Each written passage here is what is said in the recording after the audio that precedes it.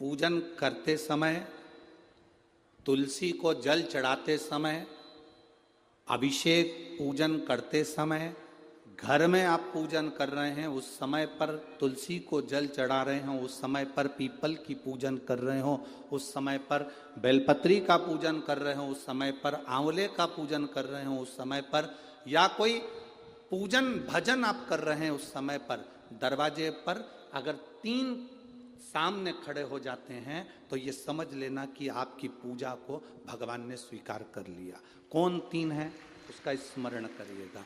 पहला, पूजन करते समय, भगवान की आराधना करते समय अंदर मंदिर में अपने घर में बैठकर आप भगवान निला रहे हैं, भगवान की पूजन कर रहे हैं, अर्चना कर रहे हैं, सेवा कर रहे हैं, माला जाप कर रहे हैं, पूजन अर्चना कर रहे हैं, तुलसी को जल चढ़ा रहे हैं, उस समय पर 3 का दर्शन अगर आपको हो जाता है, आपके दरवाजे पर अगर आ जाते हैं तो आपका समझ लेना पूजा स्वीकार हो गया। पहले नंबर पर पूजन करते समय दरवाजे पर गौ माता आकर खड़ी हो जाए, समझ लो तुम्हारा पूजन सफल हो गया। आप पूजन कर रहे हैं अंदर से, गाय रंभा रही है, आप पूजन कर रहे हैं अंदर से, गौ माता गौमूत्र कर रही है, आप पूजन कर रहे हैं अंदर से, गौ माता गोबर कर रही है, आप पूजन कर रहे हैं अंदर से और गाय दरवाजे पर आकर खड़ी हो गई। तुम्हारी अर्चना में, तुम्हारी आराधना में, तुम्हारी साधना में गौ माता तुम्हारे सामने आकर खड़ी हो जाए। पूजन के समय पर अचानक आकर तुम्हारे द्वार पर, तुम तुलसी को जल चढ़ा रहे हो, तुम्हारे दरवाजे पर आ जाए। और मेरा विश्वास कहता है, यहाँ जितनी मेरी जीजियां बैठी हैं, यहाँ जितने मेरे जीजा बैठे हैं, ये मेरा विश्वास कहता है आपके साथ कभी ना कभी ये जरूर हुआ होगा, पूजन के समय पर गौ माता का दर्शन होता ही, ये मेरा विश्वास कहता है।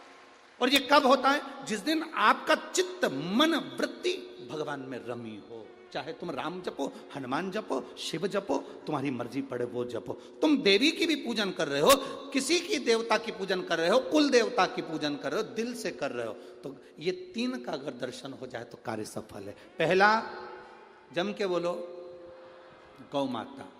दूसरे नंबर पर हमारे यहाँ हम पूजन में लगे हुए हैं, आराधना में लगे हुए हैं, भगवान की अविरल भक्ति में लगे हुए हैं, भगवान की पूजन, आराधना और भक्ति में हम तल्लीन हैं। और दूसरे नंबर पर उस पूजन करते समय पर तुम्हारे घर की बहन बेटी तुम्हारे दरवाजे पर आ जाए तो समझ लो पूजन सफल हुआ है। इस पवित्र भूमि पर बैठकर आप भगवत भजन कर रहे हैं, वो खाली नहीं जा सकता। इतने संतों का आपको दर्शन हो रहा है, इतने गुरुजन का, इतने ब्राह्मण जन का आपको दर्शन हो रहा है, ये खाली नहीं जा सकता, कोई खाली नहीं। ए मेरी भिंड की जीजियों और मेरे जीजाओं, भले आपका बैग छोटा हो, आपका झोला छोटा हो, आपका पल्लू छोटा हो, पर मेरा महादेव बहुत मोटा है, देने में कमी नहीं रखता है। वो देता है तो इतना देता है। देवता देते हैं पल्ला झाड़ के और महादेव देता है छप्पर फाड़ के। वो सहजता में नहीं देता, वो देता है तो ऐसा देता है कि उसमें तुम्हारी भक्ति बस मूल है, तुम्हारा विश्वास मूल है।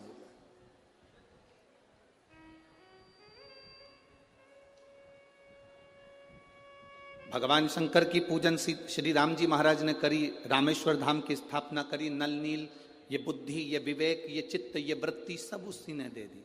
कहां दौड़ रहे हो? तुम्हारे पास में नल नील ऐसे बानर हैं जो राम नाम लिख के छोड़ेंगे, पत्थर का स्पर्श करेंगे और पत्थर तैर जाएंगे।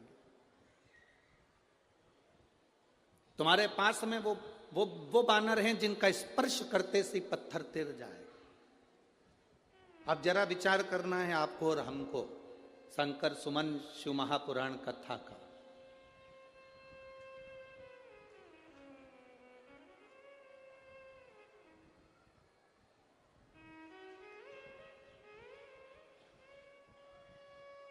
ये हमारे जीवन की पहली ऐसी कथा है जिस कथा का नाम हमने नहीं रखा है।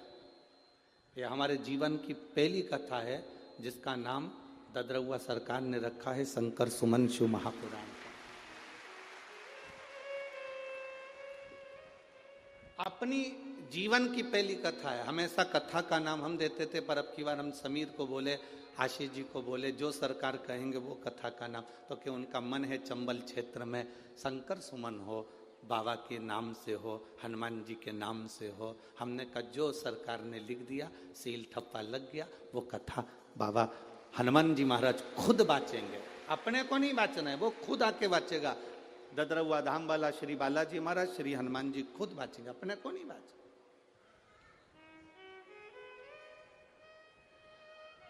शिव कृपा जब होती है तब जीवन का एक आनंद प्रकट होता है।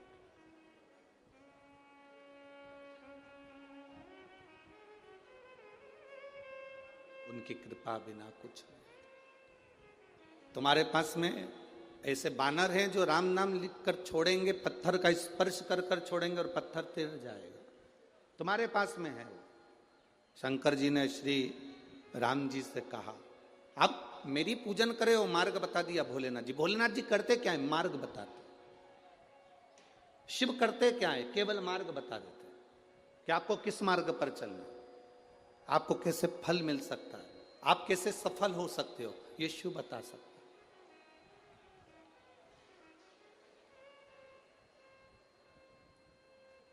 अब राम जी ने नल नील को बुलाया कि तुम्हारे पास में कोई ऐसी विद्या है। वो विद्या तुम्हें श्राप लगा था, क्योंकि तुम संतों के सामान को पानी में फेंक देते थे, वो डूब जाता था। तो संतों ने कह दिया जो भी चीज फेंकेंगे वो तैर जाएगा। कभी कभी श्राप भी दुआ का काम कर जाता है, श्राप भी आशीर्वाद का काम कर जाता है। आप में से कितनी माताएं बैठी होंगी, आप में से कितनी बहुएं बैठी होंगी, और आप में से कितने लोग आस्था चैनल पर कथा सुन रहे होंगे, फेसबुक यूट्यूब पर कथा सुन रहे होंगे, जिनके घर के माँ बाप उनको गाली बके होंगे। सास 24 घंटा बहुओं को कोसी भी होगी, गाली भी दी होगी, अपशब्द भी कहे होंगे, ताने भी दिए होंगे। पर कभी भविष्य पुराण को उठाकर पढ़ना। उस भविष्य पुराण में एक बात लिखी हुई है। आप अगर गीता प्रेस गोरखपुर की भविष्य पुराण पढ़ेंगे तो उसके 36वें नंबर के पृष्ठ को आप पढ़ सकते हो।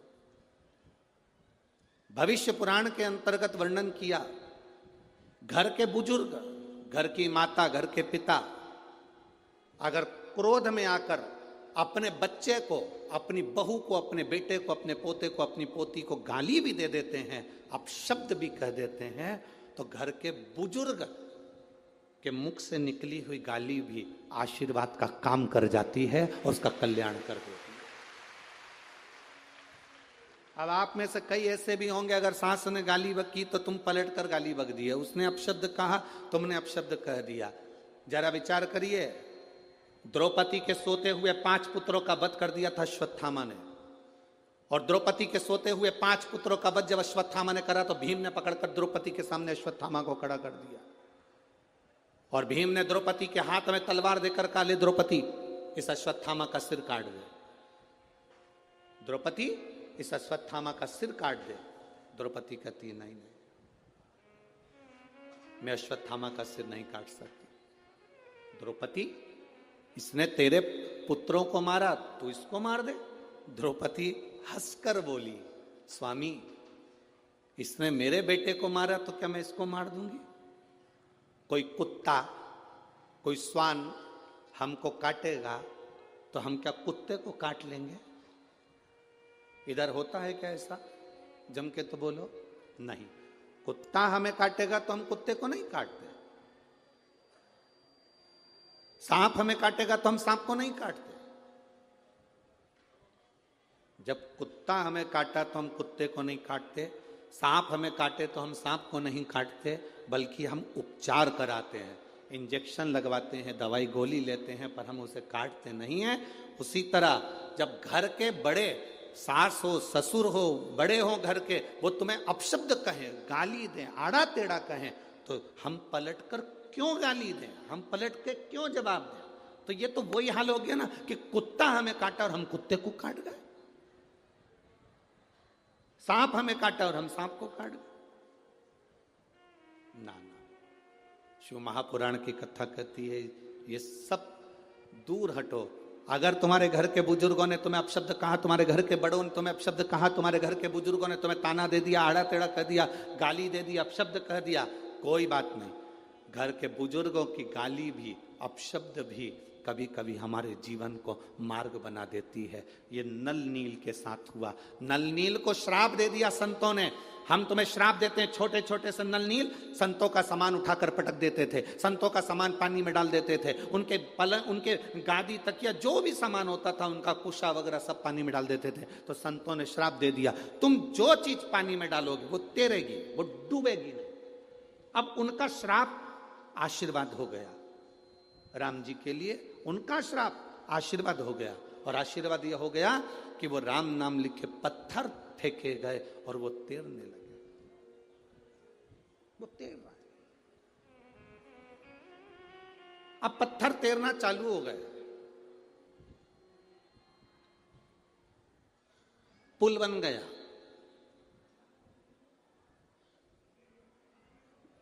जब अपने गांव का पुल इतनी जल्दी नहीं बनता, जरा विचार करो रे, जरा विचार करना। अपने शहर का पुल इतनी जल्दी नहीं बनता। लोग मंच पर आकर माइक पकड़ पकड़ कर जरूर कह देते हैं। तो किसी ने कहा नेताजी ये वाला पुल बना दो, बस बन जाएगा। नेताजी ये पुल बना दो, बन जाएगा। नेताजी ये पुल बना दो, बन जाएगा।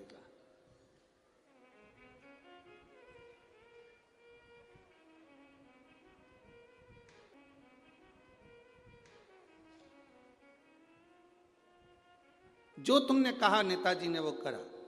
क्या इतनी जल्दी पुल बन गए? जम के बोलो जरा, ए भिंड वालों, इतनी जल्दी पुल बन गए? जो बोले थे वो पुल बन गए इतनी जल्दी? नहीं बन पाते। राम जी का पुल इतनी जल्दी कैसे बन सकता है?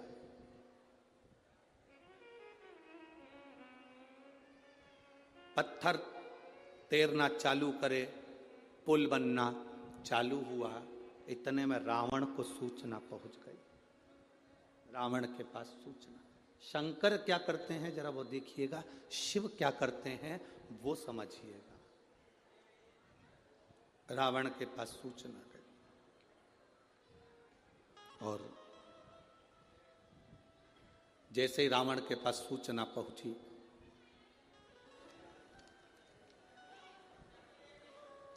रावण ने सूचना पाते से ही उसी समय पर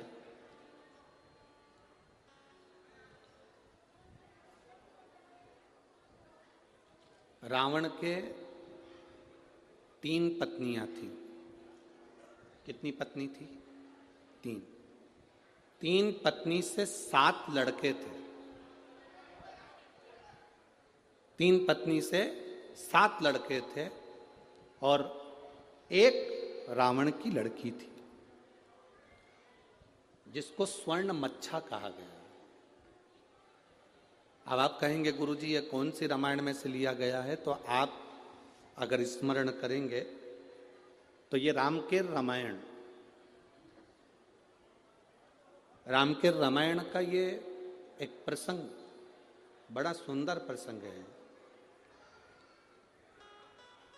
महाराज, थाई और कंबोडिया में ये रामायण का बड़ा प्रचलन है वहां पर। तो रामकेर रामायण में लिखा, रावण की 3 धर्म पत्नियां थीं। उन 3 धर्म पत्नियों के 7 लड़के थे। 7 लड़कों में एक बहन थी जिसका नाम था स्वर्ण मच्छा, जिसको कहते थे स्वर्ण परी। रावण ने अपनी बेटी को बुलाया और बेटी से कहा, बेटी सुन, तू स्वर्ण परी है, मेरी बेटी है, तुझे मालूम है राम नाम लिखे पत्थर तैराए जा रहे हैं और पुल बांधा जा रहा है।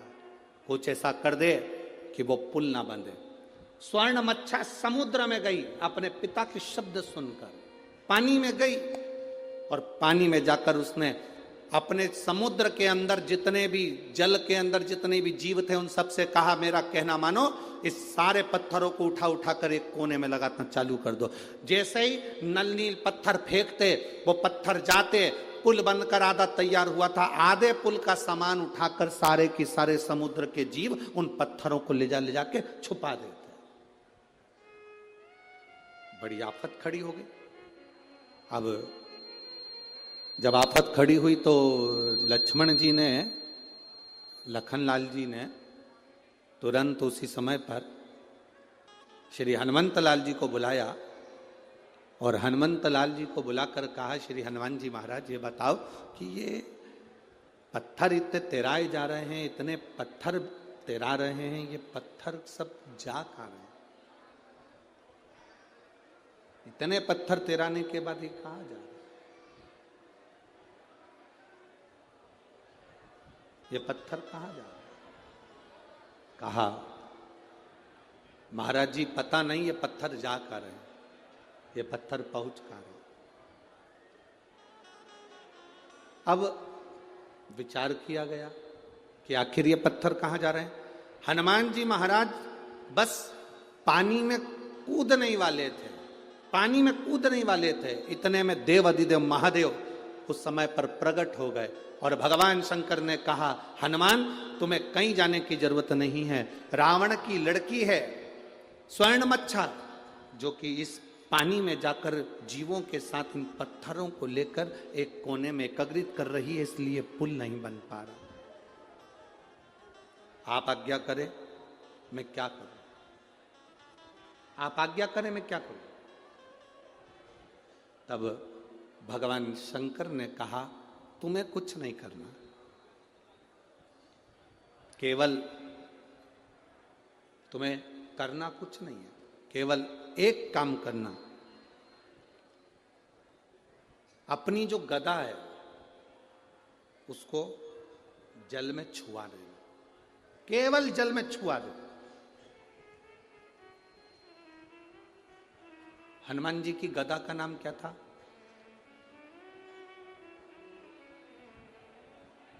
जल्दी बोलो, जल्दी सब मिलकर बोलो जल्दी से। भाई अपन कहते हैं कि राम जी के हाथ में धनुष था, अर्जुन के हाथ में धनुष था, परशुराम जी के हाथ में फरसा था, सब शस्त्र का नाम है। तो हनुमान जी के हाथ में जो गदा थी उसका नाम क्या था?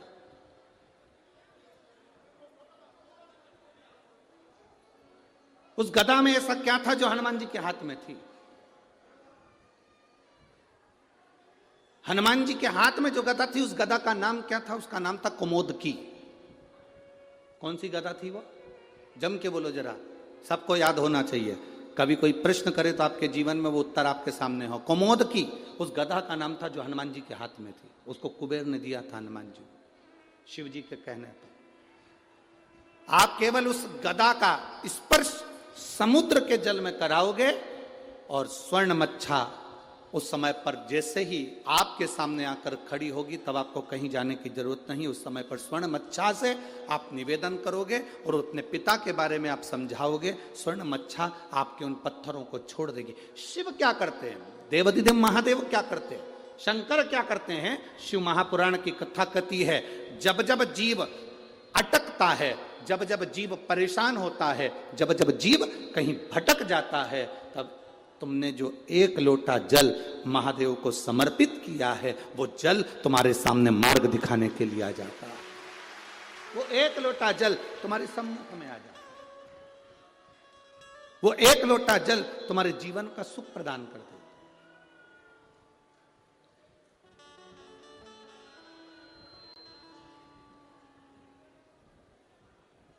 महाराज महाराज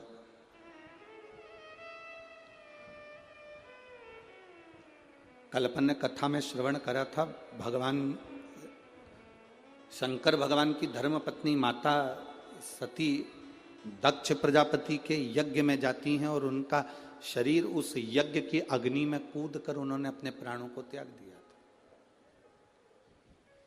सती मैया का शरीर यज्ञ की अग्नि में चले गया था और सती का जो अगला जन्म हुआ था वो कोयल का हुआ था। सती का जन्म काय का हुआ? जम के बोलो जरा, जम के बोलो। कोयल का जन्म हुआ। पार्वती तो बाद में बनी माता सती, पहले माता सती को कोयल बनना पड़ा था।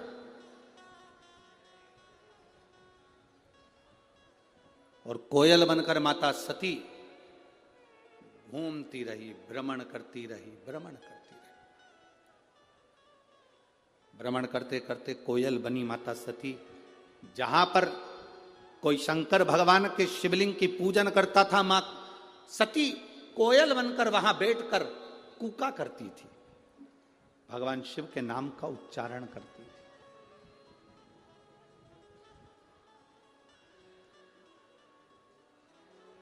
अब किसी ने एक प्रश्न किया, गुरुजी भगवान शंकर की पत्नी थी माता सती, तो उनको कोयल तो बनना नहीं था, वो कोयल क्यों बनी? शिव महापुराण की कथा कहती है, जब दक्ष प्रजापति यज्ञ कर रहे थे, अगर सती को प्राण त्यागना था तो कहीं दूसरी जगह जाकर त्यागती चल जाता, पर सती ने प्राणों को त्यागा तो उस यज्ञ की कुंड की अग्नि में त्यागा।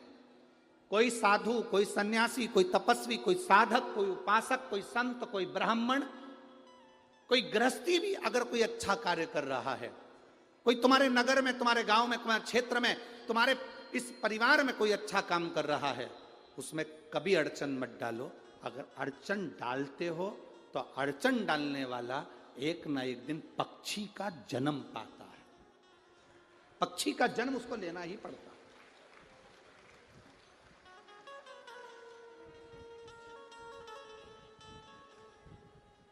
वो पक्षी का जन्म तो पाता ही है। जैसे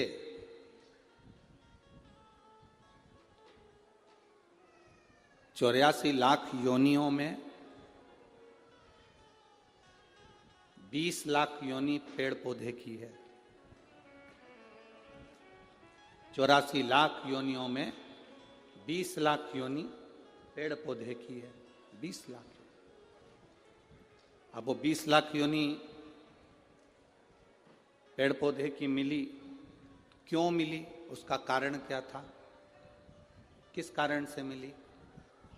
केवल एक कारण था पेड़ पौधे की योनि पाने का, कि आप अपने आसपास में जितने वृक्ष लगे रहते हैं, जितने पेड़ पौधे लगे रहते हैं, जितने वृक्ष लगे रहते हैं, उन वृक्षों को आप काटते हो, तोड़ते हो, बेकार कर देते हो, तो वो वनस्पति का जो देवता है वो भी आपको वृक्ष बनने का, पौधा बनने का श्राप देता है।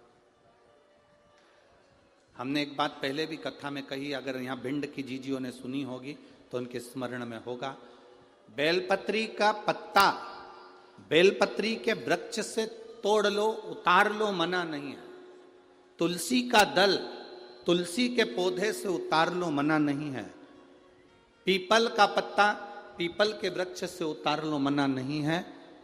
आंवले का पत्ता, आंवले का फल वृक्ष से उतार लो, मना नहीं है। पर इतना शिव महापुराण की कथा कहती है कि बेलपत्री का वृक्ष की डाली नहीं टूटना चाहिए, आंवले के वृक्ष की डाली नहीं टूटना चाहिए, तुलसी के पौधे की डाली नहीं टूटना चाहिए। ये डाली अगर टूटती है तो जीव कितना भी दान करा हो, कितना भी पुण्य करा हो, कितना भी सत्कर्म करा हो, वो सब व्यर्थ चले जाता है, उसका कोई फल नहीं है। आपको अगर बेलपत्र की जरूरत है, आप बेलपत्र लिए और बेलपत्र की आपको जरूरत है, आप डाली में से बेलपत्र तोड़ो ना। डाली क्यों तोड़ना, आप उस बेलपत्र का प्रयोग करो। शंभु शरणे पड़ी मांगू घड़ी रे घड़ी, दुख काटो दया करी ने दर्शन। आपको जरूरत है, आप ले बेलपत्री का पत्ता। एक बेलपत्री के पत्ते में क्या औषधि है, जिस दिन आप जान जाओगे उस दिन बेलपत्री के पेड़ को कभी नहीं तोड़ोगे। हां, बेलपत्री का वृक्ष सूख गया, हरा नहीं रहा, पत्ते नहीं है, हरापन नहीं है, पूरा सूख गया। बेलपत्री के वृक्ष को बजा कर देखो, पूर्ण तरह से अगर सूख गया है, तब उसकी जो जड़ निकाली तुमने, उस जड़ को निकालकर इधर उधर फेंकना नहीं, उसका चंदन बनाकर एक मुठिया बनाकर तैयार रखो। और जब तुम्हारे जीवन में तुम्हें लगे कि हरे वृक्ष को नहीं काटना, हरे वृक्ष को बेकार नहीं करना, जो बेलपत्री का वृक्ष सूख गया हो, जो पत्ती नहीं आ रही, फल नहीं आ रहा है, पूरा सूख गया, उसको तुमने बजा कर देख लिया कि बेलपत्री का वृक्ष पूर्ण तरह से सूख चुका है, ये किसी काम का नहीं रहे। थोड़े समय के बाद लोग इसे काट लेंगे, उसमें पत्ती नहीं आती, फल नहीं आता, पूरा सूख गया है, उसमें ना पत्ती है ना फल है, अड़भंगा है, बिल्कुल खाली। उस बेलपत्री के वृक्ष की जड़ को, उस तने को, उसको निकाल लो और उसकी एक अच्छी मुठिया बनाकर तैयार रखो। उस मुठिया को तुम्हारा मन पड़े, जिस दिन तुम्हारे पास में चंदन घिसने का सिलबट्टा हो, उस पर घिस कर उस चंदन को एकत्रित कर कर एक प्रदोष, एक शिवरात्रि हर महीने आती है, प्रदोष हर महीने आती है, सोमवार की अष्टमी 2-2, 3-3 महीने में जरूर आती है। अगर आपने प्रदोष के दिन शंकर भगवान को बेलपत्री का चंदन लगाया है, शिवरात्रि के दिन आपने बेलपत्री का चंदन लगाया है, और यदि सोमवार की अष्टमी के दिन बेलपत्री का चंदन लगाया है, इन तीनों डब्बी को आप अलग अलग कर लीजिए। एक डब्बी रख लो आपके पास में कि मैंने सोमवार की अष्टमी के दिन बाबा को चंदन का लेपन करा है और बेलपत्री का चंदन लगाया। उस चंदन को निकालकर शिवलिंग में से निकालकर एक डब्बी में भर कर रख लीजिए, या तो कोई प्लेट में उसको सुखा लो, प्लेट में सुखा लो उसको, और प्लेट में सुखा लो उसको, और या तो गोली बनाकर उसकी गोली बनाकर रख लो। दूसरा, प्रदोष के दिन बाबा को जो तुमने बेलपत्री का चंदन लगाया, परंतु याद रखना हरे वृक्ष की डंडी को नहीं सुखाना है, सूखा हुआ वृक्ष। यदि आपने प्रदोष के दिन का चंदन बनाया है तो उसको बाबा पर लगाकर उसके लेपन को आप निकालकर उसकी गोली बनाकर लिख लीजिए। तीसरा, शिवरात्रि के दिन आपने बाबा को अगर बेलपत्री का चंदन लगाया है तो उसको शिवलिंग पे से उतार कर उसको प्लेट में सुखाकर उसकी गोली बनाकर रख लीजिए। अब प्रयोग करिएगा, कभी मौका मिल जाए तो प्रयोग कर कर देखिएगा। शरीर में कहीं पर भी गांठ पड़ गई हो और डॉक्टर कह रहा है कि इसका ऑपरेशन जरूरी है, तो प्रदोष के दिन जो आपने बाबा के ऊपर बेलपत्री की जड़ का जो चंदन का लेपन करा है और उसकी जो गोली बनाई है, उसको 15 दिन तक रोज एक गोली पानी से निगलना प्रारंभ करो। कुंदकेश्वर महादेव का नाम लेकर उस गोली को खाना प्रारंभ करिए। आपको 15 दिन के बाद डॉक्टर से जांच कराने के लिए जाइए, गठान धीरे धीरे गलना प्रारंभ हो गई हो, गांठ धीरे धीरे गल रही हो, उसका फल मिलता है। प्रदोष वाली बेलपत्र का, चंदन का जो गोली तुमने बनाई उसका फल तुम्हें मिलेगा। अब सोमवार की अष्टमी के दिन का जो चंदन है, बाबा को जो तुमने बेलपत्री का चंदन का जो लेपन करा है, देखिए डॉक्टर हनुमान जी के यहाँ पर ये कथा चल रही है। करने वाला डॉक्टर हनुमान जी हैं, कराने वाले डॉक्टर हनुमान जी हैं, और सुनने वाले डॉक्टर हनुमान जी हैं, और बोलने वाले भी डॉक्टर हनुमान जी हैं। कर लिया वो आपके ऊपर। दूसरे नंबर पर है सोमवार की अष्टमी के दिन का चंदन, जो आपने बेलपत्री के जड़ को घिसा है। फिर कहूंगा, इस बात को विशेष बार बार कह रहा हूं कि हरे पेड़ को मत काट लेना, हरे पेड़ को नहीं। जो पेड़ पूरी तरह से सूख गया, ना पत्ती ना फल, उसको बजा कर देख लो कि ये पेड़ पूरा सूख चुका है, तब उस पेड़ की जड़, जो जिसको लोग काट कर ले जाने वाले हैं, बाहर फेंकने वाले हैं, उसकी जड़। दूसरे नंबर पर है सोमवार की अष्टमी के दिन आपने जो बाबा को लेपन करा है, बेलपत्री की जड़ का चंदन बनाकर लेपन करा है, उसकी जो गोली है। अगर बच्चा 8 साल का हो गया, 9 साल का हो गया, 10 साल का हो गया और वो गंदगी कर रहा है, बिस्तर पर गंदगी कर रहा है, सुसु कर रहा है, या अचानक उसको भय हो जाता है, या किसी ना किसी तरह से उसको रोग ग्रसित हो जाता है, उस बच्चे को भी आप छोटी सी गोली हफ्ते में केवल एक बार, जो सोमवार की अष्टमी के दिन जो आपने चंदन का लेपन करा है, हफ्ते में एक बार उस गोली को बच्चे को पीस कर पानी के साथ देना प्रारंभ करो। आपको धीरे धीरे उस बच्चे में आनंद की अनुभूति हो जाएगी। गंदगी नहीं कर सकता। अब तीसरे नंबर पर है शिवरात्रि के दिन जो हमने बाबा को बेलपत्री के चंदन का लेपन करा। शिवरात्रि के दिन,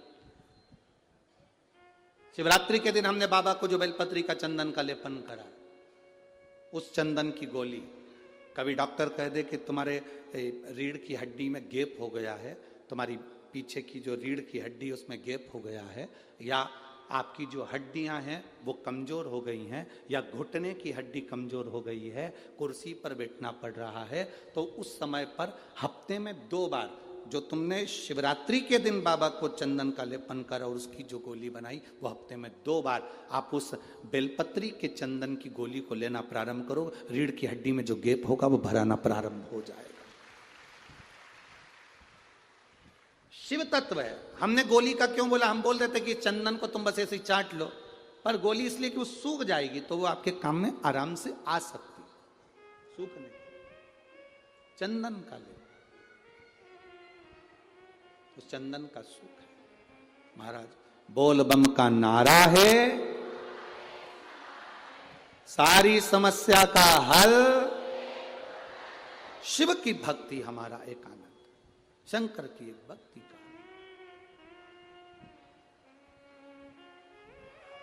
सती मैया स्वयं सती, सती मां। अब सती को कोयल बनना पड़ा, सती को कोयल, पक्षी बनना पड़ा है माता सती को, कोयल बनना पड़ा है माता सती को, और सती कोयल बन। अब कोई कहे कि गुरुजी क्या पक्षी भगवान शंकर का भजन करते हैं? क्या पक्षी भगवान शिव का स्मरण करते हैं? क्या पशु भगवान शंकर का भजन करते हैं? कहीं मत जाओ, एक बार रामायण को उठाकर देखिए। अहि रावण पाताल लोक का स्वामी था, पाताल लोक उसके कब्जे में था, अहि रावण के कब्जे में पाताल लोक। शंकर सुमन शिव महापुराण की कथा सुन रहे हो, इसलिए इस प्रसंग को हम लोग ले रहे हैं। हनुमान जी से जुड़े हुए प्रसंगों को जोड़ते हुए इस कथा का लाभ अपन ले रहे हैं। क्या पशु पक्षी भगवान शिव का भजन करते हैं? क्या पशु पक्षी भगवान शंकर को जल चढ़ाते हैं? क्या पशु पक्षी भगवान शंकर का गुणगान करते हैं? क्या पशु पक्षी भगवान शिव की स्तुति करते हैं? कोई एक देवता का नाम बता दो जिस देवता का नाम पशु से जुड़ा हुआ हो। केवल एक ही देव है, वो देव अधिदेव महादेव है, जिसको पशुपति नाथ कहा जाता है, जो पशुओं का भी देवता है, जिसको पशुपति नाथ कहते हैं, जो पशुओं का भी देवता, पशुओं का।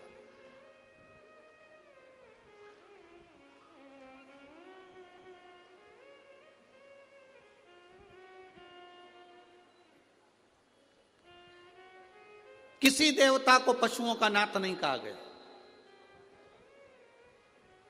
केवल एक देव, वो देव है देव अधिदेव महादेव, जिसको पशुओं का देवता कहा गया। अभी ये कथा जो ददरौआ धाम में चल रही है, 28 तारीख से चालू हुई, 2 तारीख तक चलेगी। 2 तारीख को यहाँ कथा विराम हो जाएगी। 5 तारीख को जलगांव महाराष्ट्र में प्रारंभ हो जाएगी। यहाँ जो कथा चल रही है वो 1 बजे से 4 बजे तक चल रही है। जलगांव में जो कथा चलेगी वो 2 बजे से 5 बजे तक चलेगी। आप जो जलगांव महाराष्ट्र की कथा सुनेंगे उसमें आप एक प्रसंग सुनेंगे, क्योंकि उस कथा का नाम है देव अधिदेव महादेव शिव महापुराण की कथा।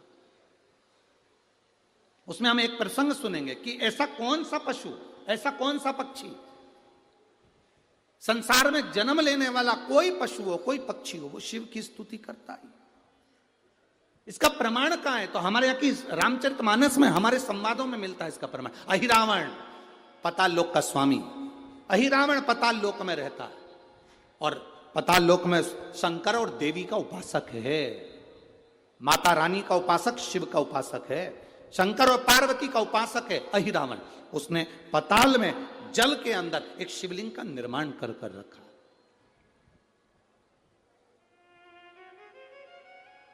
पाताल में एक शिवलिंग का निर्माण कर रखा है, जिस शिवलिंग की वो स्तुति करता है।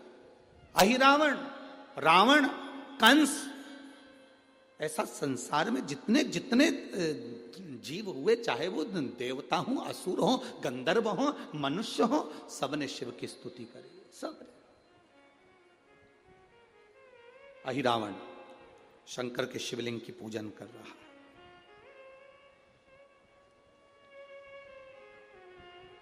शिव के शिवलिंग की स्तुति कर रहा।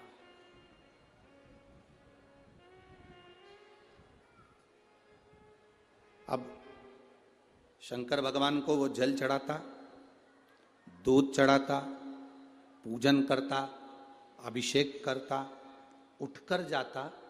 उठकर जाने के बाद अहिरावण के उस पाताल लोक में एक मछली बड़ी सी आती और वो मछली शिवलिंग के आसपास भ्रमण करती। शिवलिंग के आसपास वो मछली भ्रमण कर रही।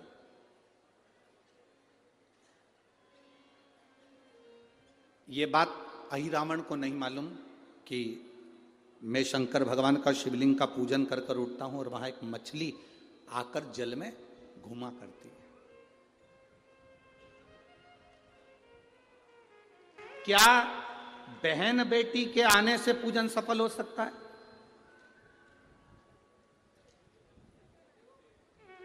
कहां लिखा हुआ है महाराज जी?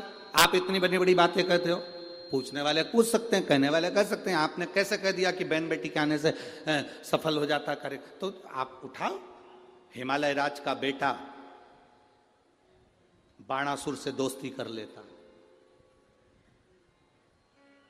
माता पार्वती का भाई बाणासुर से दोस्ती कर लेता है, और दोस्ती कर लेता है तो उसके चुंगल में फंस जाता है। बाणासुर के चुंगल में भाई संकट में आ जाता है। आज हिमालय राज और मैनावती दोनों बैठकर भगवान की आराधना कर रहे थे, इतने में पार्वती का आगमन हो जाता है।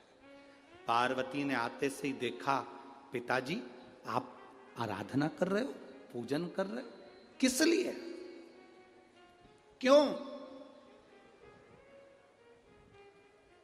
मैनावती ने कहा तेरा भाई संकट में घिरा हुआ है। पार्वती ने कहा क्यों चिंता करते हो, क्यों चिंता करते हो? पिताजी मैं आई हूं ना, चिंता मिटा दूंगी, चिंता मिटा दूंगी, आप चिंता ना करें। क्या हुआ? बाणासुर तेरे भाई को कष्ट दे रहा। बेटी पार्वती ने संकल्प ले लिया, उस बाणासुर का अंत मैं करूंगी। ना भगवान ब्रह्मा बाणासुर को मार सके, ना भगवान कृष्ण बाणासुर को मार सके। बाणासुर की कन्या भगवान कृष्ण के पास में, वहां उनके पौत्र के पास में गई। भगवान कृष्ण का युद्ध बाणासुर के साथ हुआ, हजार भुजा, तो बाणासुर को भगवान कृष्ण नहीं मार सके। बाणासुर को न नारायण मार सके, न ब्रह्मा मार सके, बाणासुर को न शंकर मार सके, क्योंकि शिव ने तो वर दिया था। बाणासुर को केवल मारा है तो माता पार्वती अर्ध कुंवारी बनकर संहार कर कर चली जाती। कोई तुमसे पूछे कि सियोर वाले महाराज ने कहा कि बहन बेटी के पूजन करते समय अगर बहन बेटी आ जाती है, पूजन करते समय हमारे घर की बहन बेटी, तुम्हारे कुल की बहन बेटी, तुम्हारे घर की बहन बेटी तुम्हारे दरवाजे पर आ गई, भले तुम उसको कुछ दो मत दो, पर बहन बेटी अगर तुम्हारे पूजन के समय पर तुम्हारे क्यों आप लोगों के ऐसा नियम है कि नहीं हमको नहीं मालूम। हमारे यहाँ तो ऐसा नियम है कि जब भी घर में कोई बड़ा आयोजन होता है, शादी होती है, फंक्शन होता है, कोई उद्यापन होता है, कोई चीज बड़ी करते हैं, तो सबसे पहले फोन बहन बेटी को लगाते हैं कि हमारी बहन हमारे यहाँ आए, हमारी बेटियां, हमारी नंदे हमारे यहाँ आए, हमारी बुआ हमारे यहाँ आए। अब पूछोगे गुरुजी ये प्रसंग बहन बेटी को बुलाने का तो भगवान कृष्ण के यहां से चालू हुआ।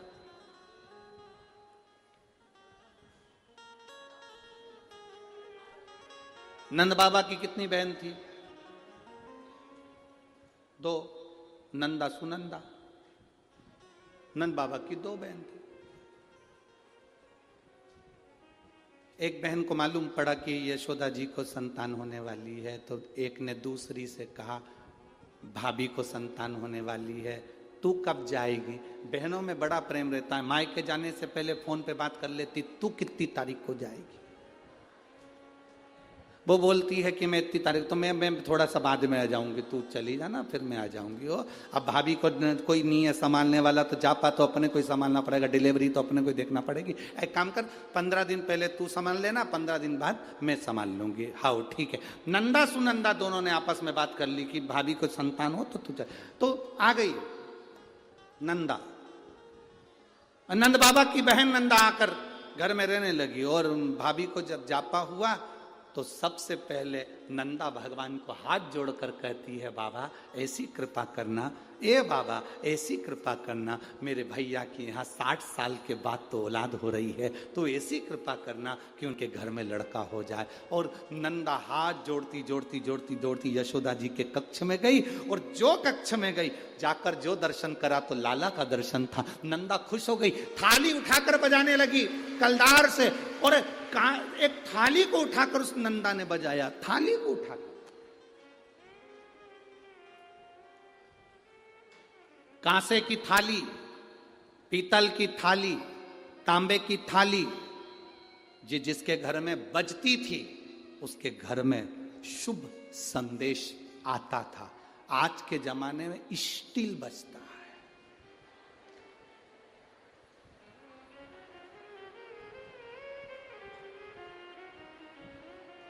अब तो स्टील भी गया, प्लास्टिक।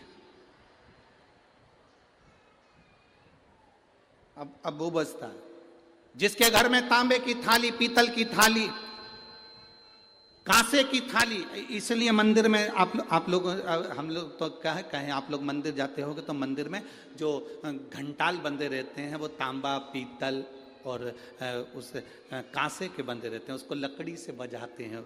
क्यों बजाते हैं? उसका कारण क्या है? उसका कारण क्या है? जितने लोग आरती में सम्मिलित होते हैं, तांबा, पीतल, कांसा मंदिर में इसलिए बजाया जाता है, जितने लोग आरती में आए हैं इनके घर में खुशियां प्रवेश कर जाए, इनके घर में भी आनंद की अनुभूति हो जाए। अब आजकल के जमाने में तांबा, पीतल, कांसा बजाते नहीं है। आज के जमाने में तो जरा सी देर में बस बच्चा हुआ है, सूचना मिल गई, बैंड बाजा बजवा दो, ढोल नगाड़े बजा। नंदा ने थाली बजाई थी और फिर आवाज आई थी, नंद घर आनंद, नंद घर आनंद भयो। फिर आवाज आई, लाला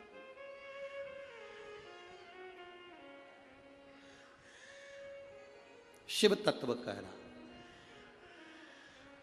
पूजन करते समय, भजन करते समय, स्मरण करते समय, आराधना करते समय, भगवान को भजन करते समय, तुलसी को जल चढ़ाते समय अगर ये 3 का आना तुम्हारे दरवाजे पर हो जाए, समझ लो तुम्हारा पूजन सार्थक हो गया, तुम्हारा भजन सार्थक हो गया। भजन सार्थक।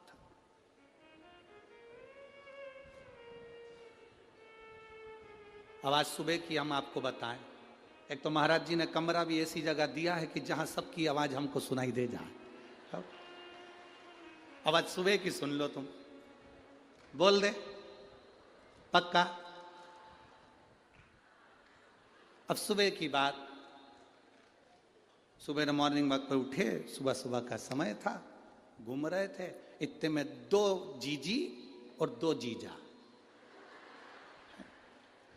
अब वो हमारा जो कमरा है उसी के पास में, वहीं पर थोड़ी दूर पे कॉम्प्लेक्स बना हुआ है, देखा है ना तुम लोगों ने? हाँ, तो 2 ही जीजी जीजा उसे बोली, अरे बाप पानी तो आ ही नहीं रिया।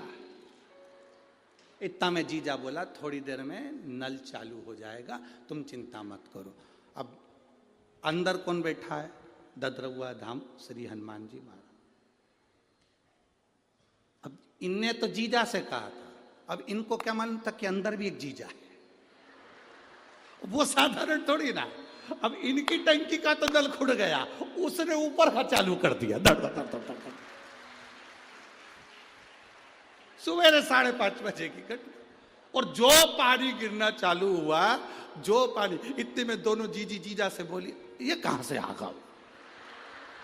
अब ये उन जीजा से बोल रही थी, वो मालूम पड़े वो भीतर वाले ने, उसने टंकी का नल खोल दिया। जो पानी गिरना चालू हुआ, थोड़ी देर का आया, 15-20 मिनट पर जी होन नहा ली, और जीजा होन भी नहा नुआ के कंगी पाटी पाड़ के हम उधर घूम के उधर आए, तो चिल्ला के बोले, श्री शिवाय। यहीं बैठे होंगे वो चारों जीजी जीजा, हो यहीं बैठे होंगे, ऐसा हो ही नहीं सकता कि यहाँ नहीं हो, यहीं बैठे होंगे वो चारों, और वहीं से चिल्ला रहे, श्री शिवाय। हमने कहा आ गया, सुनता है, उसको कहते हैं ददरौआ धाम का श्री हनुमान, साधारण नहीं। सुनता है, सुन लेता, तुरंत सुना। महाराज भक्ति जितनी प्रबल हो, विश्वास, आपने दिल से कहा, उसने दिल से सुना। सफलता देता है बाबा, सफलता, क्या ना। तेरी कृपा बिना न हिले एक भी, लेते हैं श्वास तेरी कृपा से। पूजन करते समय, भजन करते समय, स्मरण करते हुए, नाम जाप करते हुए 3 का दर्शन हो जाए, तुम्हारे दरवाजे पर आ जाए, जीवन की सफलता मानना, पूजन सफल मानना। पहले नंबर पर जम के बोलो गौ माता, दूसरे नंबर पर बहन बेटी, और तीसरे नंबर पर हैं संत गुरुजन, जो निष्कपट भाव के, जो तुम्हारे दरवाजे पर कुछ मांगने नहीं आए हैं। जो मांगने आए हैं वो नहीं, पूजन करते समय तुम्हारे दरवाजे पर कोई संत, कोई ब्राह्मण, कोई गुरुजन, कोई भक्त ऐसा आ जाए जो मांगने नहीं आया, फिर बस तुम्हारे सामने तिलक लगाकर भक्ति में डूबा हुआ, भजन में डूबा हुआ, वो तुम्हारे सामने आ जाए, समझ लो कि तुम्हारी पूजन सफल हो गई। मांगने नहीं, मांगने नहीं,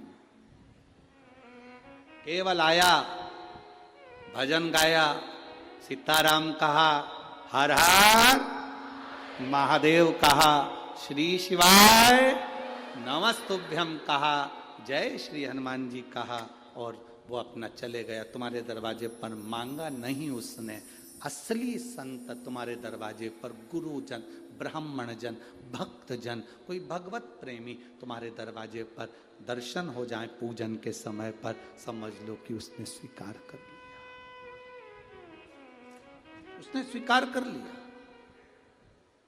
अही रावण शिवलिंग की पूजन करता है, चले जाता है, एक मछली शिवलिंग के आसपास घूमती रहती है।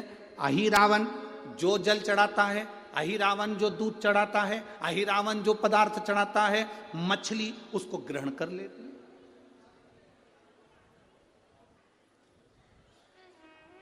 माता सती कोयल बनकर शिव की आराधना कर रही है।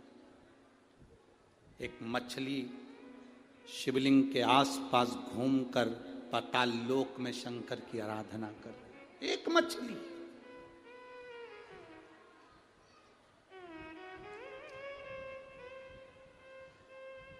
आपको लगता होगा आप व्रत करते हो, आपको लगता होगा मैं उपास करती हूं, मैं व्रत करती हूं, मैं साधना करती हूं, मैं भजन करती हूं।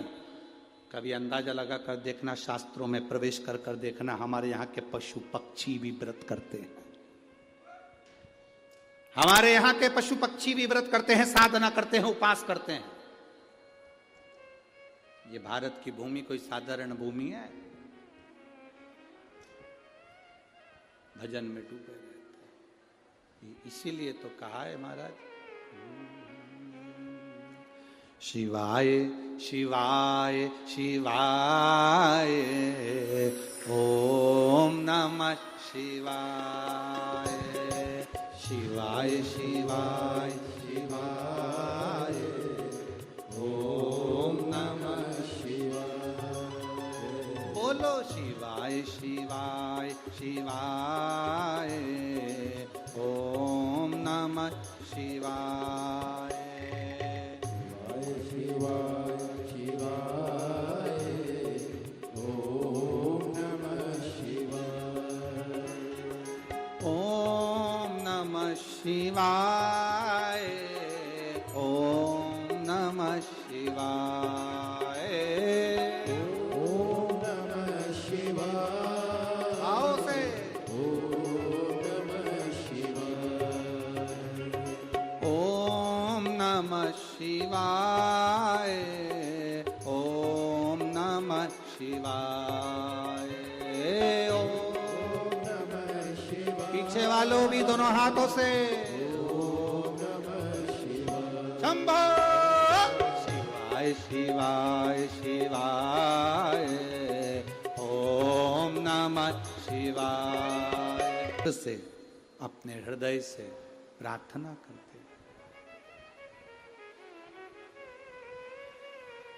देखिए, जैसे आपको छींक आती है तो पड़ोसी नहीं छींकता। छींकता है क्या? छींकना किसको पड़ता है? जम के बोलो जरा, अपने आप। खांसी चली तो क्या पड़ोसी खांसेगा? अरे बोलो तो रे, नहीं। किसको खांसना है? अपने आप। भूख लगी तो भोजन किसको करना पड़ेगा? पड़ोसी को कि अपने को? अपने। नींद आ रही है तो सोना किसको पड़ेगा?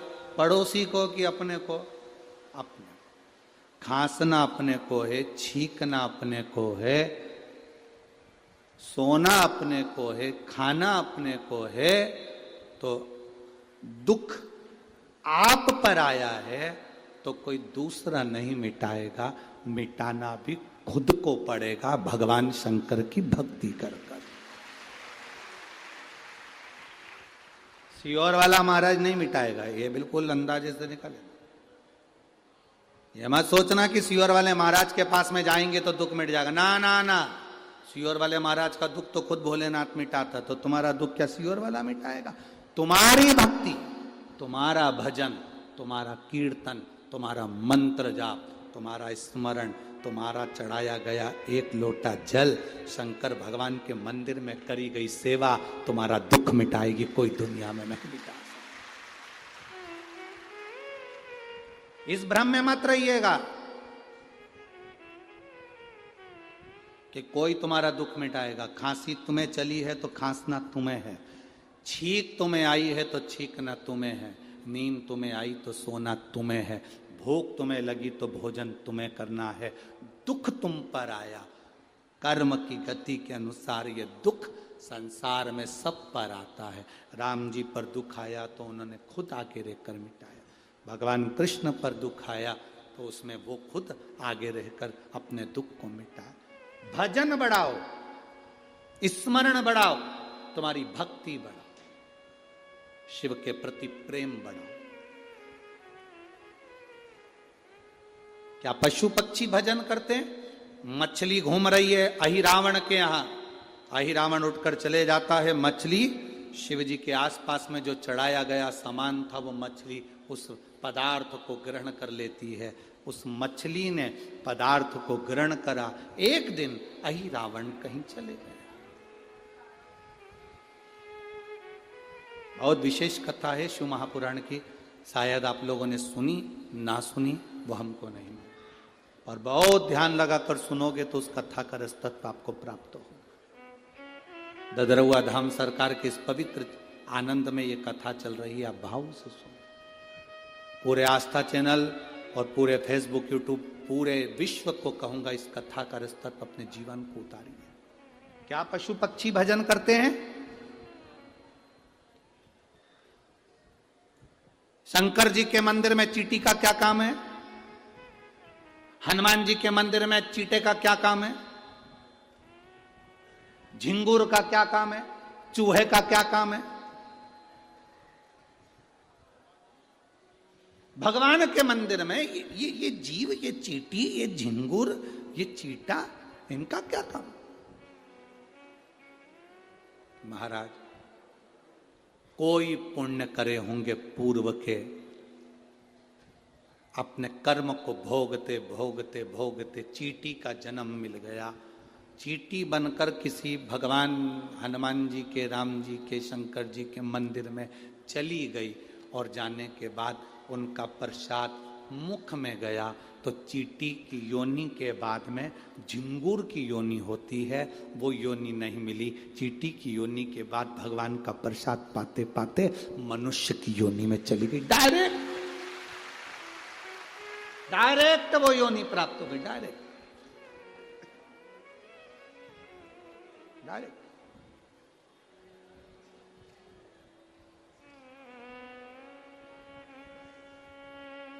भटकना छोड़ दो। मछली ने अही रावण कहीं चले गया, मछली शंकर जी पर चढ़ा हुआ पदार्थ कैसे पावे? मछली का संकल्प था, शिव जी के चढ़े हुए प्रसाद को ही वो ग्रहण करती है, शंकर पर चढ़े हुए अभिषेक के जल को ही वो ग्रहण करती है। अब मछली तड़पने लगी। 12 दिन हो गए, 15 दिन हो गए, 20 दिन हो गए, शंकर का कोई प्रसाद नहीं, मछली तड़प रही।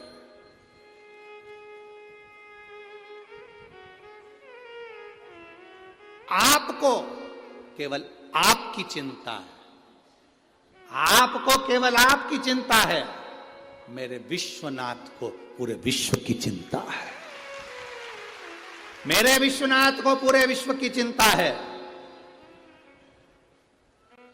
हमने पहले कथा में कहा, आज फिर कह रहे हैं, कोई देर से बनता है, कोई जल्दी बनता है, पर महादेव को जल चढ़ाने वाला एक दिन सेठ जरूर बनता है। उसको शंकर भगवान के चढ़े हुए जल का आचमन करा है, वो खाली नहीं जाएगा। शंकर भगवान पर बेलपत्र चढ़ाइए, वो खाली नहीं जाएगा। आप ददरउआ धाम आए हैं, बालाजी का दर्शन करें, हनुमान जी का दर्शन करें, वो खाली नहीं जाएगा। जहां जगह मिली, आज इस पंडाल में कहीं जगह नहीं है, मैं कहूंगा आस्था चैनल वालों से और टीवी वालों से और कि दर्शन कराएं। आज इस पंडाल में कहीं जगह नहीं, 3-3 पंडाल लगाने के बाद बाहर ग्राउंड तक फुल है, तो लोग रोड पर बैठे हैं और ये पंडाल के पर्दे तक निकाल कर कथा में झूम झूम कर आप चारों तरफ देखो कि चारों तरफ से लोग भरे पड़े हुए हैं। कहाँ जगह? लोग रोडों पर, आप टीवी के माध्यम से, लेडियों के माध्यम से देखिए, पूरे ग्राउंड में कहीं जगह नहीं पांव रखने, रोडों पर लोग बैठे हुए। कहां बैठे हुए? कोई लेट बनता है, कोई जल्दी बनता है, महादेव को जल चढ़ाने वाला एक दिन सेठ जरूर बनता है। वो बनेगा निश्चितता, खाली नहीं जाएगा। आप लोग एलईडी पर दर्शन कर रहे होंगे, अपार भिंड जिले के इस ददरउआ धाम में स्वयं हनुमान जी महाराज तुम्हें झाला दे देकर बुलाते हैं। शिव पुराण की कथा, स्वयं महाराज जी का जो संकल्प रहता है कि कथा साल में एक बार कोई महाराज आते रहें, संत आते रहें, गुरुजन आते रहें, ब्राह्मण जन आते रहें, कथा सुनाते रहें। महाराज जी का जो संकल्प है वो केवल खुद के लिए नहीं है, महाराज जी का संकल्प पूरे चंबल क्षेत्र को कल्याण करने का है, खुद के लिए नहीं। संपूर्ण चंबल क्षेत्र का कल्याण हो, संपूर्ण चंबल क्षेत्र का उद्धार।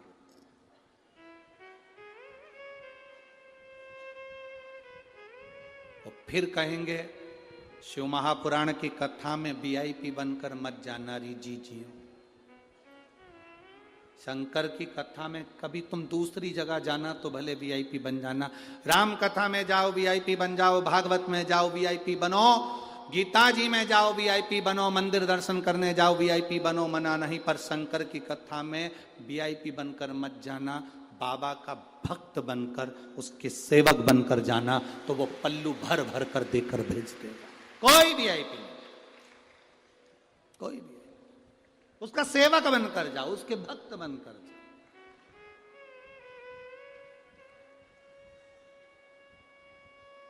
फिर क्या करेगा वो?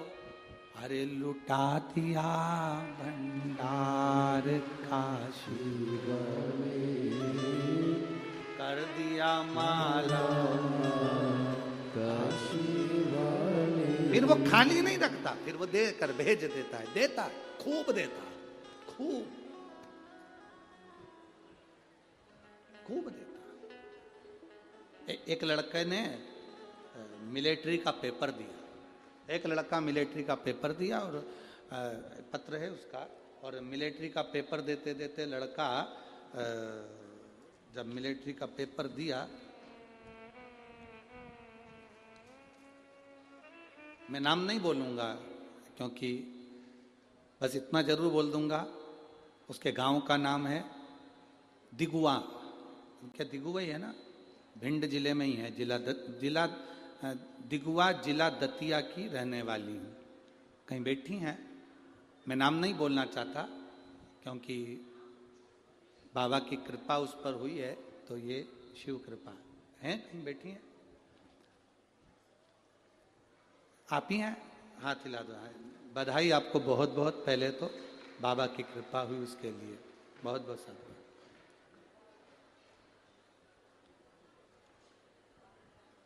पत्र दिखाओ पर नाम ना दिखाओ, ठीक है।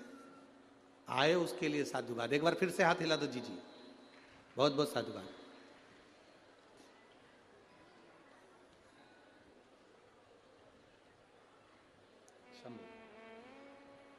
मैं दिगुआ जिला दतिया की रहने वाली हूं गुरुदेव।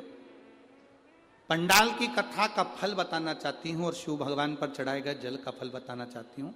मेरा बेटा आर्मी की नौकरी के लिए अप्लाई करा, एक बार नहीं हुआ, दो बार नहीं हुआ, तीसरी बार उसका अप्लाई किया। अब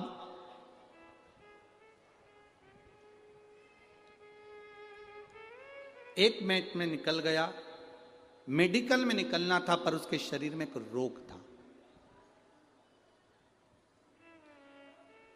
उसकी छाती का जो बैलेंस था उस रोग के अंतर्गत वो बराबर नहीं था, उसको एक गठान थी। अब गठान थी तो उसका ऑपरेशन होना था और ऑपरेशन वाले को उसमें सफलता नहीं मिलती आर्मी के अंतर्गत। अब करें क्या गुरुदेव? मैंने मेरे बेटे से कहा कि तू शिवजी पर जल चढ़ाया कर, वो सब समस्या का हल निकाल सकता है।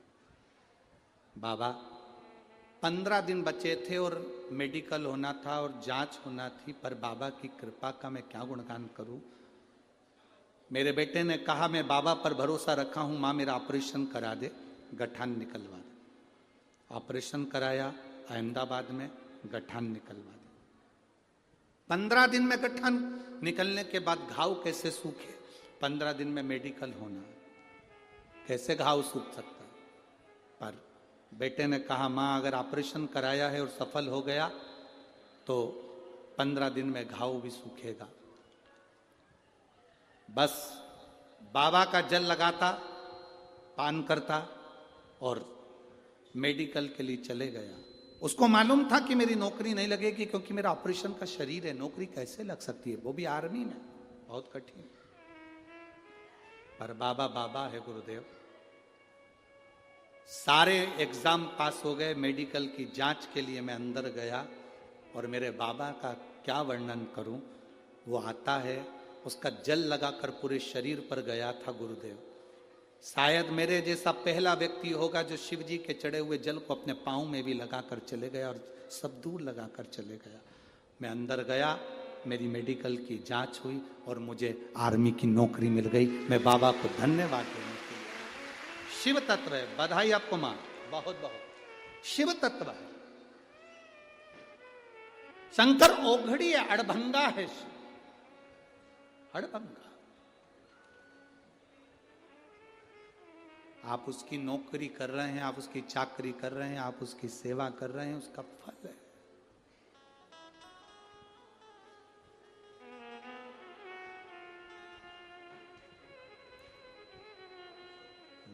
मेरे भोले तेरा सहारा है, मेरी नैया का तू किनारा है। मेरी जीजियों, मेरे जीजाओं, मेरी बेटियों, मेरे बेटाओं, एक बात का स्मरण रखना, आपकी भक्ति जितनी प्रबल होगी मेरा शंकर तुम्हारे को छोड़ेगा नहीं। जिस हाथ से तुम शंकर जी को जल चढ़ाते हो वो हाथ मरते दम तक मेरा महादेव नहीं छोड़ता। मरते दम तक मेरा महादेव नहीं छोड़ेगा। शंकर पर जल चढ़ाया हुआ हाथ मेरा महादेव पकड़ लेता, पकड़ता। मछली ने संकल्प ले लिया कि मैं चढ़ा हुआ जल ही, जो शिव जी पर चढ़ाया गया जो जल है, शंकर पर अभिषेक का जो पदार्थ है, शिव जी पे चढ़ाया गया अभिषेक की जो सामग्री वो लेते हैं, अभिषेक की। अब मछली नहीं हम ले रही है। अहिरावण के जाने के, अहिरावण चले गया 15 दिन तक अहिरावण नहीं आया, मछली तड़प रही है, मछली।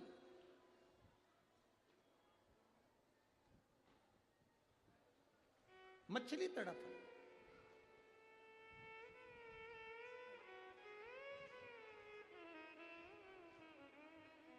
मछली। अब मछली का तड़फन, मछली का तड़फना, तड़प।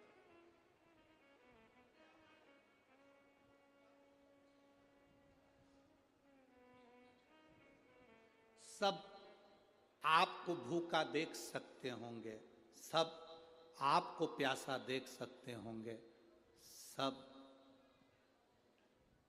आपको खाली हाथ देख सकते होंगे, पर मेरा महादेव ना आपको खाली हाथ देखता है, ना मेरा महादेव आपको भूखा और प्यासा देखता है।